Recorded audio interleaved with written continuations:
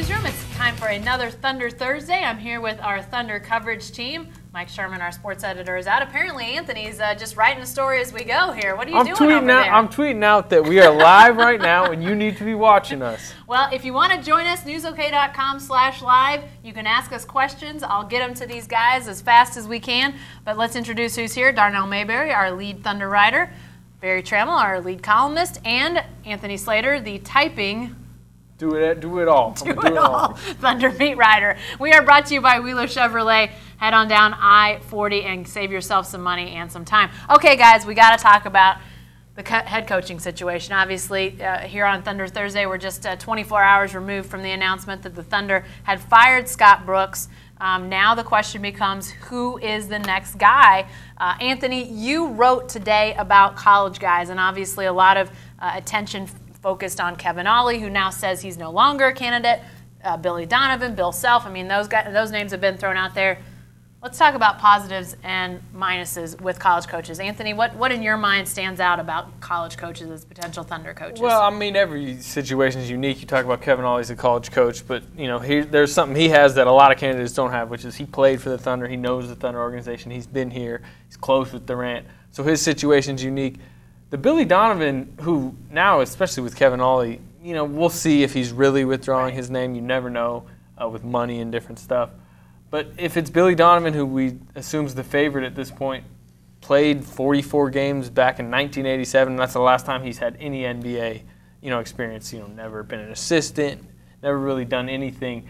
So you just worry about them bringing him into not a Brad Stevens type situation where you can grow with the franchise. They're bringing him into a win now, win or else. Kevin Durant might leave, pressurized, media, the scrutiny is going to be crazy next year. And he's never been through an 82-game season, never dealt with Russell Westbrook. I'm not sure he's ever even met Russell Westbrook. Maybe he has. So there's just concern about bringing an unknown factor into it all. Seems like a risky situation potentially with a guy who doesn't have much NBA experience. Darnell, in your mind, what are the positives and negatives with some of these college coaches being talked about? Well, I think the biggest positive is, like Sam Presti said last night, a new voice. These guys have gotten used to Scott Brooks' way of doing things for 7 years, and it wasn't a bad way. It's just sometimes you need a new voice. And I think getting a college coach, someone who sees things a little bit differently, maybe can help these guys out, maybe try to get the most out of them. But then the negative is, these guys haven't coached in the NBA. It's a different game. It's a different speed. It's a different pace. It's a different feel. And there's an adjustment period that you have to take or make. And, I think as long as you get someone who can make that adjustment, I think they're going to be fine. Barry, I think you've said this. There are some great college coaches, and some, as AC said, you've got guys that have played in the league, or Kevin Ollie, who definitely has a different resume than say a Billy Donovan would. But I'm not saying hiring a college coach would be settling, but the Thunder's going to have its choice of candidates, isn't it? You would think that out of 25, 30 guys in the world would not be interested in the job. You would think everybody else would be. Right. So this is not a place where you have to really go searching for a coach you like. They're going to be coming to you. And we don't know particularly. Sam was very, very secretive about what he's looking for in deference to Scotty Brooks. But whatever he's looking for is out there. He's going to have the pick of the litter. So a college coach, there's not as much stigma in recent years hiring a college coach because I think, and we talked about this earlier, intelligence and communication is now revered as much as experience. I don't think you're going to see the Thunder hire a 50-year-old NBA lifer unless it's somebody who's been a very successful coach, Tom Thibodeau or somebody like that. But just because somebody got a long NBA resume does not mean they trump Kevin Ollie or the next Brad Stevens or Billy Donovan. Right. Interesting name. We talked about it a ton on the podcast because we almost convinced ourselves that this is a possibility, even though it seems a pipe dream. Like, he's 68 years old, he's a college coach, but Mike Krzyzewski is one of the more interesting names we can talk about. He comes in. Convince me, because I'm not convinced. Well, Barry and Darnell, listen to the podcast if you really want to be convinced. Would that be the Thunder Buddies podcast? That would be the Thunder Buddies podcast. iTunes, plug. check it out anywhere you want. No, but we're talking about a guy. He's been to the mountaintop in college in different eras. He, back in the '90s, this past, like a month ago he won it all. Right. He's got Olympic gold. What's the one thing not on his coaching resume is an NBA championship, and the Thunder would give him an opportunity to win it, a legit opportunity to win an NBA championship next year.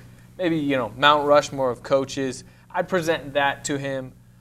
He's getting up in age. He's done all he can at Duke. If he left Duke, especially coming off the last national championship, I'm sure there'd be an early firestorm of how can you do that. But, he's an absolute legend there. He always will be.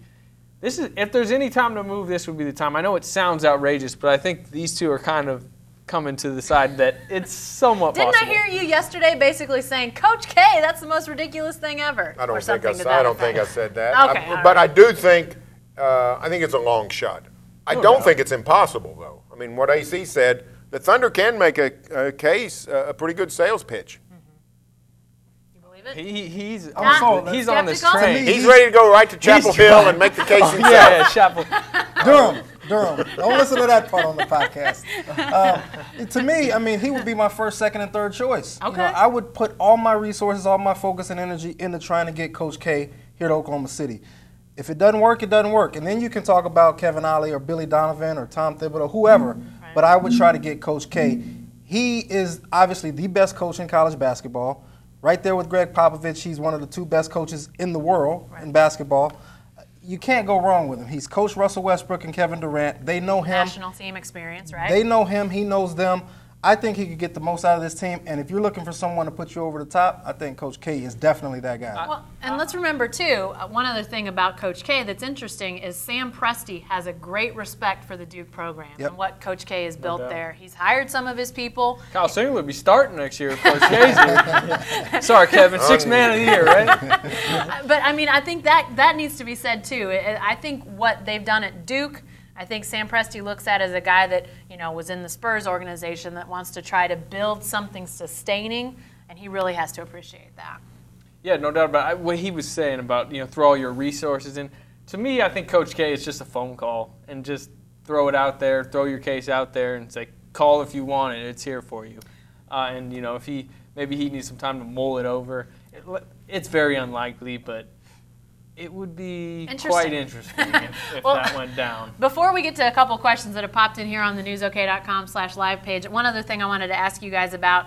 Did you come away from the Sam Presti press conference yesterday having any sense of what's most important to Sam in this hiring? He was so hesitant to say anything about what he's looking for because he felt like that would indicate what Scott Brooks wasn't, that it was really kind of hard to read. But did anybody walk away from the press conference thinking, I think I know sort of what he sees as important here? I didn't walk away from it last night, but I think you could just go back to his previous statements. All the things that this team has been trying to do for 7 years, and we've written about it, all of us, I believe. A better offense, more structure offensively, more efficiency. The offense is, for the most part, fine. Better defense, more intensity, more stability defensively, things like that. And I think it's the little things, just trying to get guys to pay more attention to doing those little things. Nick Collison talks about a lot, setting solid screens, making sure you're rotating effectively and in the right spots, just getting the most out of guys. And I think Scott Brooks did a great job of that.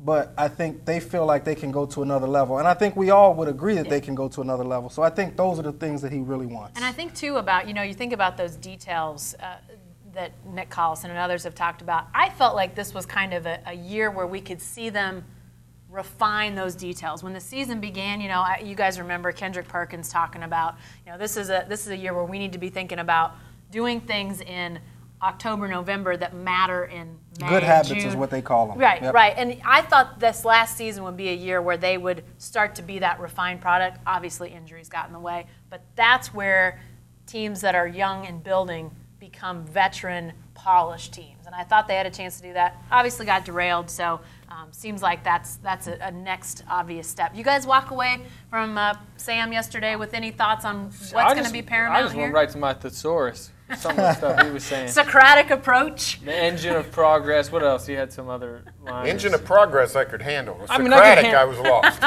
Yeah. Stimulate. You were pretty interested in that stimulate comment. He didn't really say that much with 40 minutes of talk, and we just kind of wanted some nuts and bolts type stuff that we didn't necessarily get. One thing you got to watch with him is out of left field type hiring, because none of this leaking of sources and is Kevin Ollie. It's not coming from Sam Presti. There's a chance he comes out of left field. With coaching, it's a little different than like a draft pick where he's come out of nowhere with an Andre Robertson and Josh Eustace lately. There's so much interest in this that anything is going to get plucked out, and I'm sure it will be reported. But what's the Spurs assistant? Chip England. Oh, well, and the other guy, the Messina. I mean, something like that wouldn't entirely surprise me with this guy. Just he's not going to operate under what other people are saying. He should do. He's just what's best for this organization moving forward. I wonder too. People are wondering this, Barry. A lot of talk about what role the players have. I mean, he basically said in his press conference, were they consulted about Scott Brooks? No. What you believe that or not is up to you, but what role do Kevin Durant, Russell Westbrook, Serge Ibaka, what role do they have in this next coach? Barry, what's your sense? Well, I think that Sam Presti was telling the basic truth in that the players weren't consulted directly on should they keep Scott Brooks, should they hire Coach A, Coach B, Coach K. But somebody say Coach K. But I think Sam knows his players, and I think he knows how they would respond to certain situations, including the firing of Scott Brooks. If he thought, or if he knew that firing Brooks would alienate Durant or Westbrook, he wouldn't do it. And I don't think he would do it. I don't think he would fire Scott without knowing that they wouldn't be alienated. Now, that's not saying they wanted Scott fired. Right. I personally believe that the players don't necessarily want that responsibility. Some players do. Magic Johnson obviously got Paul Westhead fired 33 years ago.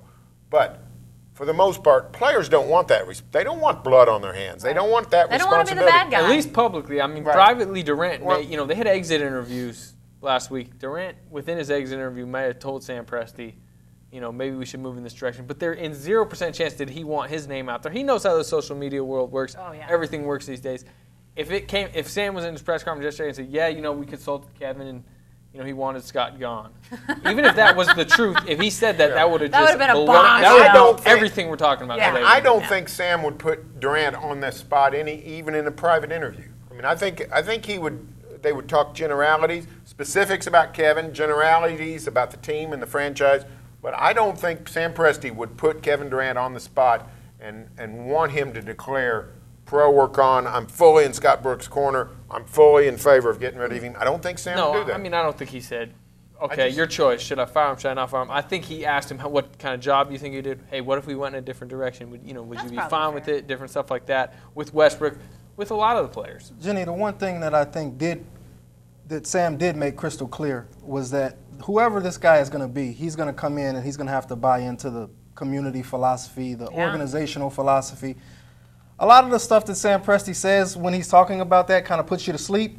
But, I mean, he did make it clear that he wanted a guy to come in and really buy into the program and the values of this team and this organization. And so I think you're going to see someone who's going to be a company man, someone who's going to come in and really pay attention to the values and stress everything that Sam believes and Clay Bennett, the chairman, believe in. And I think that's going to be huge for them. I don't remember who had this conversation yesterday in our office, but you bring up a point that I think is maybe a little bit under the radar, and for good reason, because Sam starts talking about that stuff and you do kind of fall asleep. But let's remember that Scott Brooks' family moved back to California, and he still has that off-season home in California. Sam Presti has sunk into this community. He lives here. The wife is here. They just had a baby. The Bauman Memorial stuff he's been taking a part in. He's on every major board. Yeah, every time there's a press conference involving this community, Sam Presti's probably on the dais as a board member. So he is in. He is all in. And I think he expects the next coach to be that same way. No family moving back. He wants somebody who's here, 100% here. I think maybe that's something to keep an eye on as well. Let's get to some of the questions on the newsok.com/live page. Barry wants to know, is Rick, and not you, Barry, another Barry, a B-A-R-R-Y? Obviously some people when they are critiquing you to me, or if I tweet out one of your columns, they always use, hey, that Barry, and they always use the A. And they always put another M in your last name too. Trammell. Trammell with 2 M's. I heard somebody call you Trammell. I've been used to it for 40 When they do that, I don't worry about what the rest they have to say. All right, let's talk about this other Barry who has a question. He says, is Rick Carlisle a legitimate option? Silence, crickets. It doesn't sound like it. This Mavs, the only reason that makes me think it's possible is how much this Mavs situation seems to be blowing up right now. They obviously have the injuries and then the Rajon Rondo situation. So if Rick Carlisle sees, if he doesn't like that the Rajon Rondo trade was made, which it sounds like he wasn't even for when it happened, and that really goes downhill and maybe him and Cuban are at odds, he works himself out of there and goes to the Thunder. But I just... I find But this Rajon Rondo situation, is it a good thing that a coach is feuding with a point guard? Isn't that a warning sign? I don't think we can compare the two. I mean, okay. Rajon Rondo is a different breed of cat. Russell Westbrook is not as bad as Rajon Rondo. Russell Westbrook has his quirks and his tendencies. It could always be worse. But it can always be worse. And the thing look, I think Rick Carlisle is actually a pretty good ego manager. The way he, threw that whole roster with Monte Ellis with it all. I don't even think he's necessarily feuding with Rajon Rondo. He's just looking at Rajon Rondo like, dude, you're not that good anymore. You can't do this on the court. I don't want to play you because he's not really helping the team. With Russell Westbrook, if Russell Westbrook is performing like he's performing, Rick Carlisle is fine with that. He just wants to win. Yeah. Do you think he's legit, Barry? I think it's going to be too big of a problem contractually to consider it. He's got a year left on his contract. I don't think Mark Cuban's interested in seeing his franchise coach go 200 miles up the road. Mark Cuban's a big fan of Oklahoma City, though. Seems like a little bit too much problematic. All right. Sorry to break that to the other Barry. Another question. Let's talk a little bit more about these Spurs assistants. You alluded to Ettore Messina and then also Chip England out there. What do you guys think about those two guys as potential options? I don't know the first guy. I don't know him. I mean, Messina? The first I heard of him was on the podcast about 30 minutes ago. He's an international guy. He's, in a lot of ways, like Darko, the assistant they brought in. He's head coached internationally a ton. It said he was a Lakers consultant in 2011-12. First year under the Spurs. The Spurs love him, which means Sam Presti probably loves him. So that's all I have to know about him. I'm worried about the international element, though. That hasn't proven to be great. Mike D'Antoni coached in Italy and did a great job once he got over here with Phoenix and went south after that. But David Blatt's had some problems adjusting with the Cavaliers. Part of that is coaching LeBron, and that whole circus is difficult. But we got a little circus of our own here. It's only going to be a bigger circus next year if anybody is questioning. The international thing scares me. What about those Spurs guys, Darnell? Well, I told you, I don't know the first guy. The second guy is more of a shooting coach. I don't see him being a head coach anytime ever, really. I mean, the guys I talked to in San Antonio say that he doesn't even want to be a bench assistant. So, I don't see him being a head coach. He's a second row guy? Yeah. All right, well, okay. Maybe he can help Andre Robertson shot, but I don't think he's going to be head coach. From San Antonio. Hey, if he could come and help and turn Andre Robertson into a good three-point shooter. Sign me up? Yeah. I mean, he'd be the head coach. Yeah. Coach the Olympic team. That would make Hey, y'all get off Andre Robertson. I love his defense. You do. I do too. By the way, we are going to talk players here in just a little bit because this is the... I got a question when we get to that. Okay. Well, we're not there quite yet. Let's do a little bit more Hey, questions. calm down, Chuck. Yeah. Are we okay with that lineup, by the way? We're sort of in a sort of TNT mode here. You're Shaq. Shaq always, Barkley always rips on Shaq, and I got no problem ripping on Maybe. No, we know that. We know that for sure. By the way, if you guys want to ask questions, newsok.com/live is how you get questions to these guys. I'll try to get to as many of these as possible. David had a question about Billy Donovan. We sort of talked about him. Let's talk a question from Anonymous, although this is a totally legit question. Anonymous source, he's on. Ask him D. who Fisher. he thinks. D. Fish. Derek Fisher. What do you guys think? He's locked into a big deal in New York. He's committed there. Phil Jackson's committed there. And do we know if he's a good coach? We talk about them wanting a new voice. I don't know. Yeah, I just really don't see it, to be honest. I think it would have been more likely if he'd been a complete novice and had gone straight from playing to coaching the Thunder than if he'd gone to New York, gone south quick in New York. It's not Phil Jackson's fault. It's not Derek Fisher's fault. It's not Carmelo Anthony's fault. They got bad ownership. Nobody could do anything about it. But it's not a good situation. I I don't see Derek coming back. You know, it's interesting you bring up that novice factor, which he was a year ago, and the Thunder decided to retain Scott Brooks after last season. And the question was asked last night, and I thought it was a good one. You know, why not make this move last year? I know this is not answering the question of Derek Fisher, Darnell, but make the move last year versus this year. I thought that was a good question. Yeah, but I think the writing was sort of on the wall. I mean, you go back to the 2012 finals when he played Kendrick Perkins way too much. The next season when they matched up, I believe it was with Houston in the first round, and he played Perkins way too much then. So, like, you had these trends that Scott Brooks kept doing over and over, and people want to use the word stubbornness. You know, I think that might have been a little strong, but you could see some weaknesses there, and I think over time, it just built and built, and they had a body of work that they could really see and understand and analyze. And I think they really wanted to give him another year this year to try to give him an opportunity to prove that he could be the guy. And then the injuries came in, and you know, it was a great question, because if they made the playoffs, then what do? You know, if everyone's healthy and you don't think he's the guy, but they win 60 games and or one or two seed, then what do you know? So and still come up short of the championship. You know, you still got that same tough decision, but I think it was just made easier.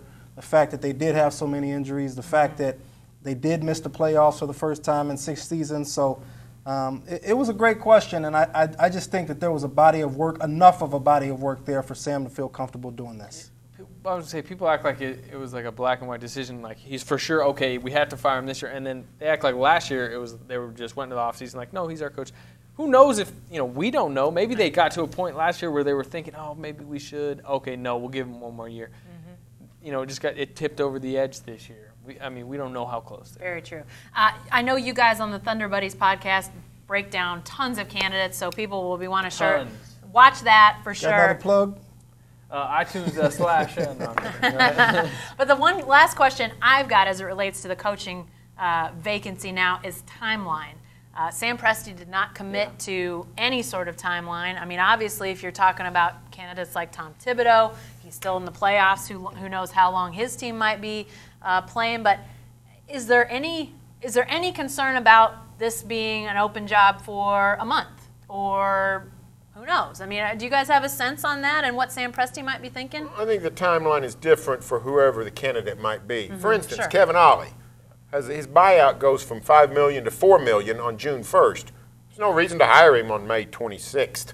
Yeah. Wait a week and you save $1 million. Yeah. Now, monopoly money is prevalent in the NBA, but it's still $1 million. So a Thibodeau or a Tyronn Lue or whoever might be with a current team, you have to wait until they're finished. So I think it's a case of somebody might be available now, but other guys, they might have to wait, and there's absolutely no hurry. The NBA schedule, particularly the Thunder, which has been in 3 of the last 4 West Finals, the Thunder has a calendar set up where nothing's going on outside of college scouting. Nothing's going on until the middle of June. Right. I was going to say the only thing is they do have a very important 14th overall pick. At least. You're right. It could jump. Very unlikely, but it could jump to 1, 2, or 3. Sam Presti mentioned that last night. Yeah. That was good. He slid that in. Hey, we got the 14. So that, you probably want whoever's going to be the coach in on the decision-making process. So if they win the lottery and can get Okafor, it's more of a sales job to Coach K. That's what you're saying. Yeah, it is. Okay. Hey, that's about the chance they have against Coach K. Is the chance they got to win in the lottery. But there's it's a package deal. It's is that at all a concern? They've got young guys. Cantor, who we'll get to in a minute here, probably would have been in a more of a developmental phase, but now he's in a recovery phase. But younger guys like Steven Adams, Robertson. Guys that would otherwise be working. Is that a concern, or does that just carry on regardless? I think it does. We're thinking about one coach when the NBA is littered with 6, 7 coaches on every staff. So you can fill in your staff to help you with the player development aspect and whatever else. I don't think it matters really when they make this hire. I think they've got to make a slam dunk hire with this coach. And however long it takes is how long it takes. Hey, we don't know. You mentioned it right there. Is there going to be is it the entire staff going to be gone? I'd be surprised if he retains, whoever the next guy is, I'd be surprised if they retain the majority of that staff. maybe 1 or 2 guys. Yeah. But that's the unfortunate part about it. It's not just Brooks. These are all lives involved, Right. people with families. And they're aren't gonna making $4 million a year. Exactly. And Yeah. they're going to be out of a job probably here in the next, we'll find out soon. And I think you'd have to wait to hire the assistants until you hire the head man. Oh, so they right. might just basically have 0 coaches until the head man's hired. One other thing, you mentioned, the players practicing. This is actually their time off. They're all Right. traveling. You're going to have a guy in place by draft and summer league. That's when it really kind of cranks up.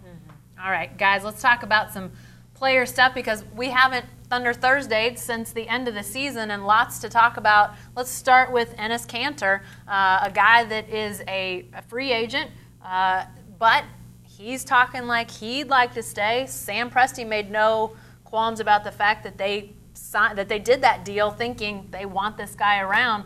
Sounds like it's not a done deal, obviously, but Darnell, we're heading down that path, aren't we? Yeah, I think so.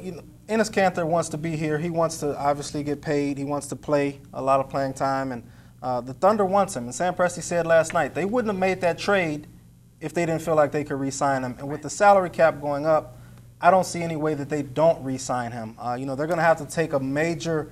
They're going to have to take a major chunk into a major way into the luxury tax. You know what I'm trying to say. I knew where you were going. They're going to have to take a major dip into the luxury tax There you go. next season to make it all work. But after that, when the television money comes in and this cap goes up through the roof, then I think they're going to be okay. One thing to note on the Kanter situation, somebody on the live chat today was like, why not just use that money and get Wes Matthews or a 2-guard where we could really use help?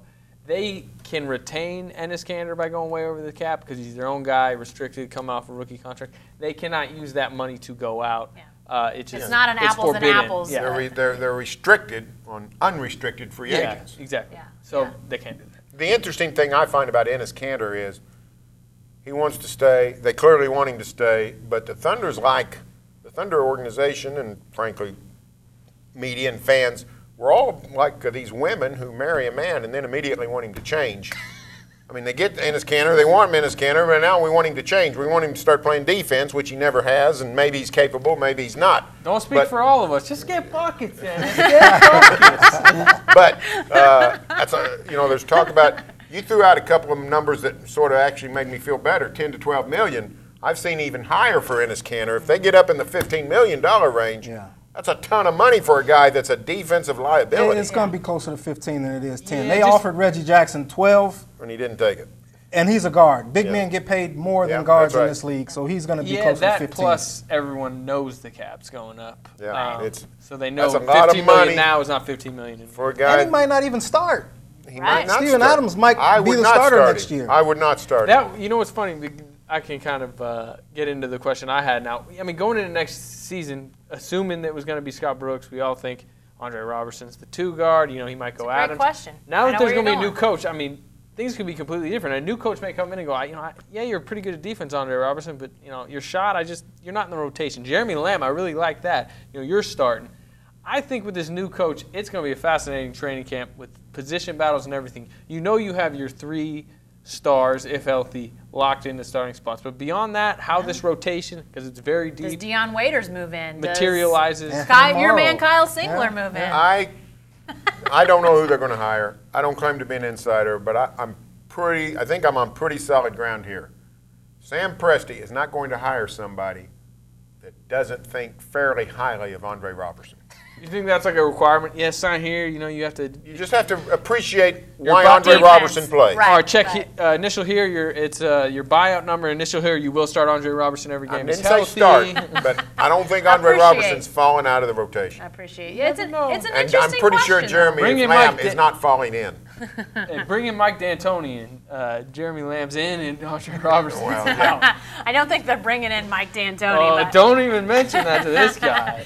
I think what you said, although I disagree with these women that want to change their husbands. Yeah. That's whoa, that's whoa. not an opinion. That's That's fairly documented fact. It's not proven fact. Women, men get married and hope their wife never changes. Women get married and try to change their husband immediately. Are men better drivers than women too, Barry? No, generally not. Women are very, and that's documented too. The insurance companies will tell you that. Well, what I wanted to ask before we got into that was this whole question of Kanter and his defense, because, people want him to play defense, but is it crazy to think that he couldn't become a good defensive player? Look, guys, let's rewind. I think we've all either written or talked about this. He went to a high school where he didn't have to play defense. Yeah. He went to college when he didn't, and he didn't get on the floor. So, how much focus is he given to defense? He's in Utah where maybe they talked about it, but in one ear, out the other because things were so rocky. Yeah, he was immature there. He's still, in a lot of ways, immature. He can get better. He has some skill. I think he has some limitations. Right. But he has some skill. Look, he's going to be a better defensive player when he's 27 than he is now. He's going to be a better offensive player when he's 27 than he is now. It's just how much better can he get? Can he get at least serviceable where you're not watching how good he is on that end and going like this on the other end? Maybe it's far-fetched, Darnell, because we talk about this from time to time. A guy like Reggie Jackson couldn't play defense. Right. But why not? He's one of the most athletic guys out there. And I love Reggie Jackson, but he was always athletic. He could move his feet. He was seemingly a smart guy. Yeah. But didn't ever play great defense. I got news for you guys. Some players just don't care about defense. Good point. Enes Kanter might be a guy who just doesn't care about defense, and that just might be the reality with Enes Kanter. There's ways you can hide him too, with Serge Ibaka coming back and different things you can do. And if he's coming off the bench, I've talked with people about this. Hey, if he is coming off the bench in like a six-man role, he's playing backup big men most of the time. Man. He's not going to have to. He's going to have to do some. I'd start Adams and Dion Waiters. Yeah, and he's going to be able to exploit mismatches against those guys, and not get exploited if he's JaVale McGee. He's guarding guys like that. What other off-season player situations are you guys going to be keeping an eye on? Obviously, I joked about Kyle Singler before, but his contract's up. The rest of these guys, for the most part, on the hook. Potential trades with Perry Jones, Jeremy Lamb. What are you guys going to be keeping an eye on? They got 17. They got 17 spots and 15 roster spots and 17 players, counting Houston's and the first-round draft pick. Right. So people's got to go. Yeah. The money's on Jeremy Lamb and Perry Jones. Mm-hmm. Trade them along. Maybe swap second-round draft picks and somebody will take them. Got to think there's an Eastern Conference team or a bottom feeder that would just take a flyer on one of those guys. Philadelphia, you got like 10 second-round picks. Or Charlotte. Throw two and take Perry Jones and Jeremy Lamb, and somebody's got to get minutes for the Sixers. Mm-hmm. It's not going to be their draft picks. They're going to stash another one. Yep. Anyway. Obviously, this is an off-season that'll be filled with guys getting rest and getting healthy. Is there any reason to think that we'll, see Kevin Durant in any form or fashion before training camp gets underway? Basketball camp. He tweeted. True. Somebody asked him, hey, on Twitter, and he responds to Twitter users probably more than he should. They asked him, hey, man, when they saying you can get back on the court? And he tweeted at the guy, August 1st is when they're telling him he can get back on the court. Mm-hmm. Like I said, my source is him on Twitter, but, we need to watch out for his activity as the summer progresses. I'm sure he'll be Instagramming himself on the court when he's back on the court. Right, yeah. So we need to monitor that stuff. That is, really, in a lot of ways, even more than the coach, the number one storyline going into next season. If he's healthy, they're a title contender. If he isn't, they're not. And, the other guy that captivated us all season, obviously, Russell Westbrook. And, these awards are starting to flow out. We've seen Defensive Player of the Year, Kawhi Leonard. We've seen some other awards, obviously, in coming days. MVP, All-NBA team will be announced. It seems unlikely he's the MVP, but he may not be All-NBA, right, Darnell? Yeah, I think he's probably going to finish either 4th or 5th on the MVP ballot. And then All-NBA, I think he'll be second team with Chris Paul. Steph Curry, James Harden, I think they'll be 1 and 2 on All-NBA first team. Where was he on your MVP ballot, Mr. Mayberry? He was not on my MVP ballot. Wow. I can't say MVP. MVP. I can't believe MVP. it either. Is that a top 3? That's the top. It's the top 5. Top I five. went with Chris Paul and Anthony Davis as 4 and 5. Wow. LeBron 3. Chris Paul, Anthony Davis 4 and 5. You had a vote. I would disagree with Darnay. I had votes for a lot of things this year. One of the ones I didn't have was MVP. Okay. They kind of do different things. If I had one, it would have been Westbrook 4th. Barry, you're on the record as saying you think LeBron is the MVP. I would have done Curry as the MVP, by the way. Yeah, I mean, Westbrook's as valuable as anybody, but the Thunder didn't make the playoffs, so it's not really anything to. Would you not have him in the top 5 like you call it? I would have had him. I'd have probably had him 3rd or 4th. Yeah. Did you not put him on your ballot because of the playoff situation? I mean, it's not just that, but if you look at a lot of what he did this year, he had the incredible 2 months. I think it was February and March. Well, he won Player of the Month February, March, and April. So he really he's really struggled in January. And he did miss 15 games. He missed 15 games. His team didn't make the playoffs. They didn't really beat good teams. So as much as he entertained us, his numbers really didn't equate to winning, especially against good teams and when it mattered. I mean, what they go 3-7 down the stretch. So I just think those other guys put together a more complete body of work, especially Steph Curry and James Harden. I voted James Harden MVP. Steph Curry was 2nd, LeBron was 3rd, and then Chris Paul, Anthony Davis 4th and 5th, I believe, in that order. But to me, all 5 of those guys had a more impressive body of work, not to mention Russell Westbrook defensively, in my opinion, could have been much better this year. So there's a lot of things that you could love for Russell Westbrook, sure, and there's a lot of things that he left to be desired, in my opinion. Well, and I think when we started to sort of explore the possibility that he was going to be a serious MVP candidate, I thought the one thing that would hold him back was team record. And he still had a chance to make up for it if they made a push at that point. If they make a push and win the Northwest Division, because at that point it was still on the table. It obviously didn't happen, and those things you've got to factor it in when you're splitting hairs between guys that are as great as James Harden, Steph Curry, LeBron James. I mean, you got to weigh something out, and I'm sure people had to look at the record, but I mean, he was must-see TV for the last and let me say months this: of the season. if I had 6 spots, he'd probably be number 6. Most entertaining player, maybe, but definitely. not necessarily. He might win community service. He might. He's got award. a good chance. Sounded like he wanted that. I don't agree with him, but it sounded like he might have wanted that You one. don't believe him. I don't believe him. Yeah. I mean, community is more important than NBA. But We'll yes. see. We'll see if he wins that one. All right, guys, great stuff today. Be sure to stay with the best coverage team anywhere at newsok.com and every day in the Oklahoman.